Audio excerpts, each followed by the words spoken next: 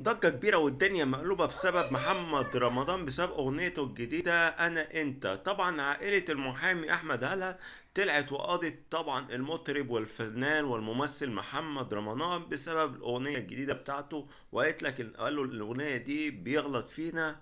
طبعا حضراتكم دي كلمات الأغنية بتاعت محمد رمضان، بيقول لك أنا بحضر أنت تقلب، أنا بنجح أنت تندب، أنا بحضر أنت تقلب، أنا بنجح أنت تندب، في الملعب يبقى ميسي والجري جنبي يتعب، أنا بصرف أنت تحسب، أرقام تخض ترعب، لو كل ده دول في كفة الكفة بتاعتي تغلب. طبعا كلمات الأغنية ما فيهاش أي كلام. ومحمد رمضان بعد ما سمع ان المحامي احمد هلال وعائلته طلعوا ورفعوا قضيه عليه بسبب هذه الاغنيه، طلع رد محمد رمضان وقال لك انا فنان بعمل اغنيه، انا ما اقصدش اي حد، انا بفرح الناس وبفرح الشارع المصري، والعيد كان جاي وبنفرح الناس باغانيه في العيد بقى والكلام ده. وطلع اعتذر طبعا محمد رمضان وقال لك ان انا ما اقصدش ان انا اغلط في اي حد.